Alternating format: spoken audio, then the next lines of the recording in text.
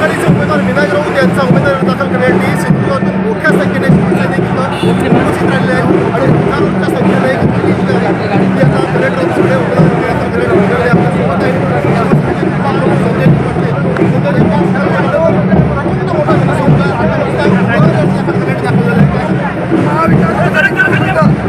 खासदार विनायक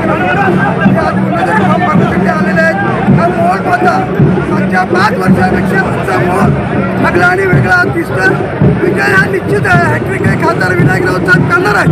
आता आपण बघितलं असेल काँग्रेस, राष्ट्रवादी आणि शिवसेना असंख्य कार्यकर्ते आज रत्नागिरीमध्ये सिंधुदुर्गात दाखल झालेले आहेत. त्यामुळे निश्चित खासदार विनायक राऊत हे हॅट्रिक सांगणार हे आपण ही विजयाची नांदी आहे. निश्चित आज महाविकास आघाडीचा झेंडा या मतदारसंघामध्ये 7 पेजे होणार निवडणुकीच्या दिवशी 4 जूनला नक्की लागेल.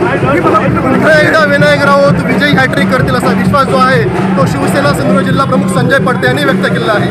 कॅमेरामॅन आनंद तांबेसह राजन चव्हाण, आपला सिंधुदुर्ग न्यूज, रत्नागिरी. ताज्या अपडेट्स आणि ताज्या बातम्यांसाठी आजच सबस्क्राईब करा आपला Sindhudurg digital news channel. Like करा, शेअर करा, कमेंट करा आणि महत्त्वाचं म्हणजे बेल आयकॉनला क्लिक करायला विसरू नका.